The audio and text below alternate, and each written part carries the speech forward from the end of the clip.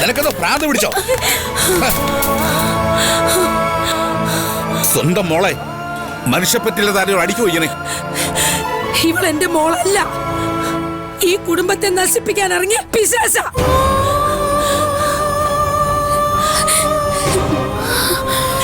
നാട്ടുകാരെല്ലാം നിന്റെ പോക്ക് ശരിയില്ലെന്ന് പറഞ്ഞപ്പോ ഞാനത് വകവെച്ചില്ല. ഇപ്പം കാര്യങ്ങൾ എവിടം വരെ എത്തി നിൽക്കുവാന്ന് അറിയാമോ? അതെല്ലാത്തിനും കാരണം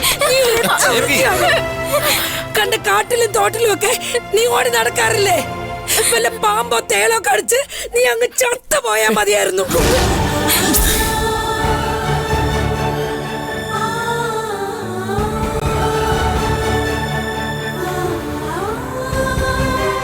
രണ്ടു ദിവസം നിനക്ക് വേണ്ടി കരഞ്ഞിട്ട് നീ ഇല്ലല്ലോ എന്നുള്ള സമാധാനവുമായിട്ട് ഈ കുടുംബം ജീവിച്ചു പോയേനെ. ഇവളെ ഇത്രയും കാലം ചുമന്ന് നടന്നതാ എനിക്ക് പറ്റിയ തെറ്റ്.